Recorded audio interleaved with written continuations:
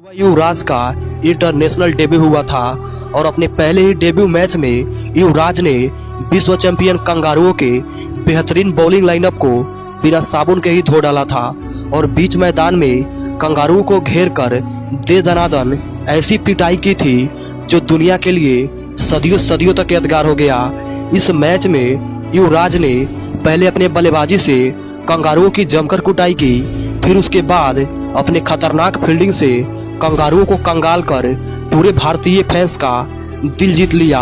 अब इस मैच की शुरुआत होती है और भारतीय टीम की तरफ से सचिन गांगुली की सलामी जोड़ी आक्रामक रवैये के साथ मैदान पर आती है और आते ही पारी के दूसरे ही ओवर में गांगुली ने पारी का पहला चौका जड़ दिया। वहीं दूसरी तरफ सचिन भी उसी मूड में आए थे क्योंकि उनको मेगरा से अपना पुराना हिसाब चुकता करना था। कुछ महीने पहले एक मैच के दौरान मेगरा ने सचिन को ललकारा था। आज उस ललकार का जवाब सचिन सुध सहित वापस कर रहे थे और मेगरा को देखते ही किसी भूखे शेर की तरह टूट पड़ते। फिर मेगरा की चौथी गेंद पर झनाटेदार चौका लगा आने वाले तूफान का अंदेशा दे दिया। अभी सचिन शुरू किया हुए मेगरा को अपनी गलती का एहसास हो गया, लेकिन अब सचिन की पारी मेट्रो से भी तेज चल रहा था। फिर सातवें ओवर में सचिन ने एक छक्का जड़ अपने खतरनाक इरादे पर मोहर लगा दिया। उसके बाद गांगुली ने आठवें ओवर की पहली गेंद पर जोरदार चौका लगाया। अब यह जोड़ी कंगारुओं के लिए किसी खंजर की तरह चुभ रही थी क्योंकि एक तरफ सचिन तो दूसरी तरफ गांगुली भी अपने पहचान के मुताबिक कंगारुओं की धुनाई किए जा रहे थे। भारतीय टीम का स्कोर शुरुआती 10 ओवरों तक 6 के करंट रन रेट से चल रहा था। सचिन का हर प्रहार अथाह दर्द का आभास करा रहा था। इनको गेंद गेंद नहीं फुटबॉल नजर आ रही थी, लेकिन तभी उसी ओवर में ब्रेटली ने सचिन तेंदुलकर की शानदार पारी का अंत कर दिया। इस विकेट के गिरते ही ऑस्ट्रेलियाई खिलाड़ी कंगारू की तरह बीच मैदान में उछल कूद कर रहे थे। भारतीय टीम दूसरे झटके के सदमे से उभर पाती कि सौरभ गांगुली भी विकेट कीपर गिलक्रिस्ट को कैच थमा पवेलियन वापस चल दिए।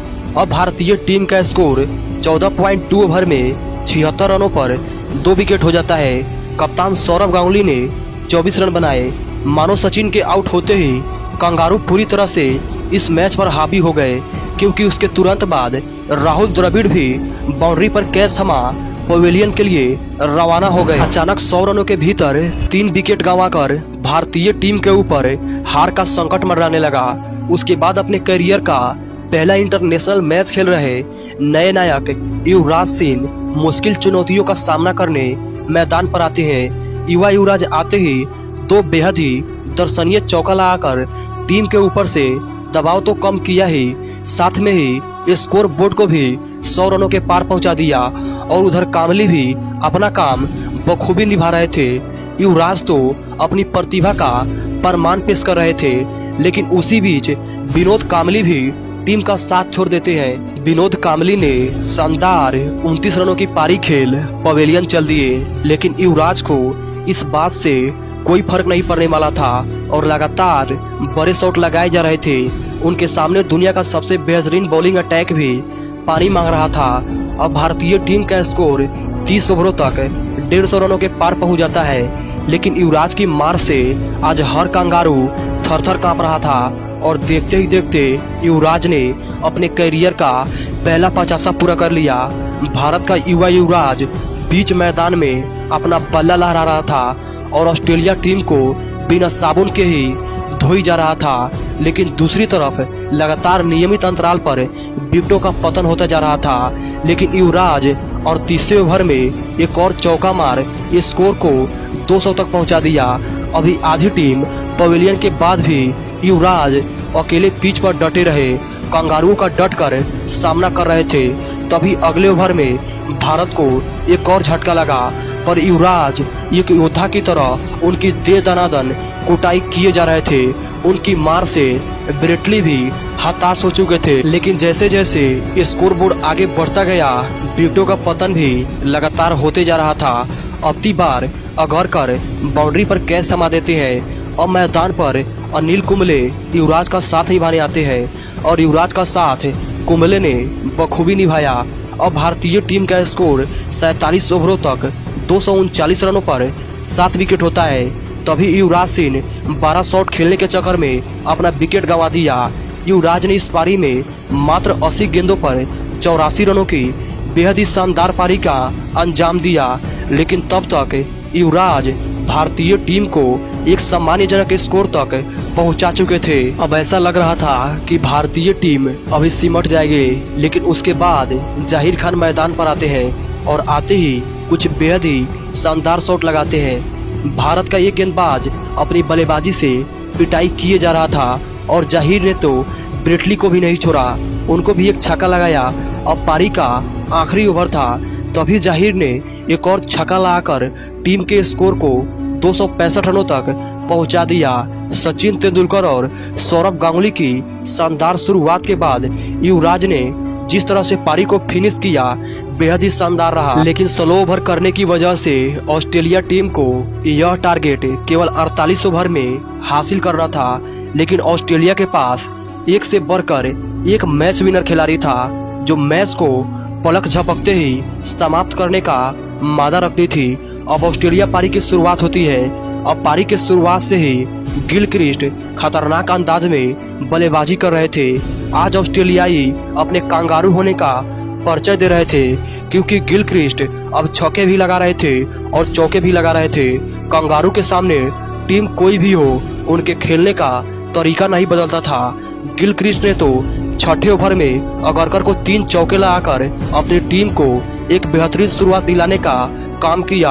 एक आक्रामक शुरुआत मिलने के बाद 43 रनों पर मार्कवा थर्ड मैन पर कैच थमा देते हैं। अब इवान हैब मैदान पर आती है स्कोर बोर्ड को बरकरार रखने के लिए, लेकिन तभी 9वें ओवर में जाहिर खान ने खतरनाक दिख रहे गिलक्रिस्ट को आउट कर भारतीय टीम को जश्न मनाने का एक और मौका दे दिया।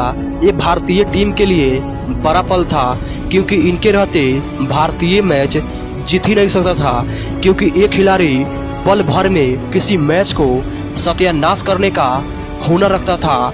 गिलक्रिस्ट ने मात्र 23 गेंदों पर 33 रनों की तेज तरार पारी खेली।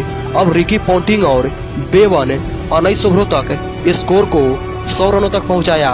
उसके बाद तो रनों की बाढ़ आ गई। लगातार बेवन स्पिनर पर अटैक किए जा रहे थे, तो वहीं दूसरी तरफ पॉन्टिंग का प्रहार तेज गेंदबाजों को परेशान किए जा रहा था। अब रिकी पॉन्टिंग हर एक ओवर में भूतों की तरह पिटाई किए जा रहे थे। ऐसा लग रहा था यह मैच जल्दी खत्म हो जाएगा, कि तभी सचिन तेंदुलकर ने एक बार फिर से अपनी गेंदबाजी से कमाल दिखाया। रिकी पॉन्टिंग को रॉबिन सिंह के हाथों कैच करवा दिया।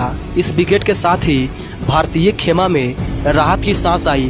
भारतीय टीम फिर से एक बार इस मैच में वापसी करती है। इसके तुरंत बाद युवराज सिंह के शानदार थ्रो से ऑस्ट्रेलिया को एक और बड़ा झटका लगा, क्योंकि ये बेवन का विकेट था। 32वें ओवर तक ऑस्ट्रेलियाई टीम का स्कोर 163 रनों पर 5 विकेट हो चुका था।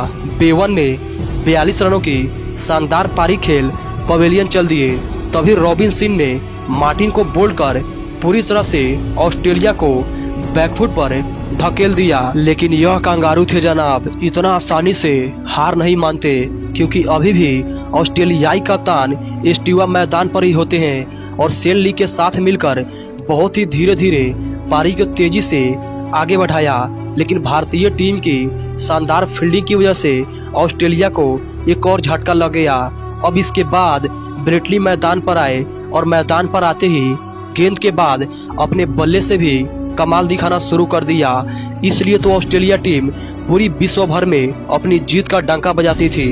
10वें नंबर का गेंदबाज भी अपने बल्लेबाजी से भारतीय गेंदबाजों का छक्का छुड़ा रहा था और देखते ही देखते ऑस्ट्रेलिया टीम का स्कोर 200 रनों के पार पहुंच जाता है। अनिल कुंबले भी पॉन्टिंग के मार के आगे बेबस हो चुके थे। अब दोनों की पार्टनरशिप की वजह से भारतीय टीम को हार का डर सता रहा था। तभी गांगुली ने हुकुम का एका ऑस्ट्रेलिया के सामने फेंका, जाहिर खान को गेंदबाजी इंड पर लगाकर, और जाहिर ने आते ही अटैक कर दिया। स्टीवा को 43 के स्कोर पर बोल्ड करके यह मैच भारत के झोली में ला दिया। अब कंगारुओं को मात्र 35 गेंदों पर 42 रनों की जरूरत होती है। लेकिन भारतीय टीम के लिए अच्छी खबर यह थी कि ऑस्ट्रेलिया के पास केवल 2 ही विकेट बाकी था, तभी पॉन्टिंग 12 शॉट खेलने के चक्कर में आउट हो गए और बचे 1 विकेट को भारतीय टीम ने समेट लिया और इस तरह से भारतीय टीम यह क्वार्टर फाइनल मैच जीतकर सेमीफाइनल में प्रवेश कर लिया।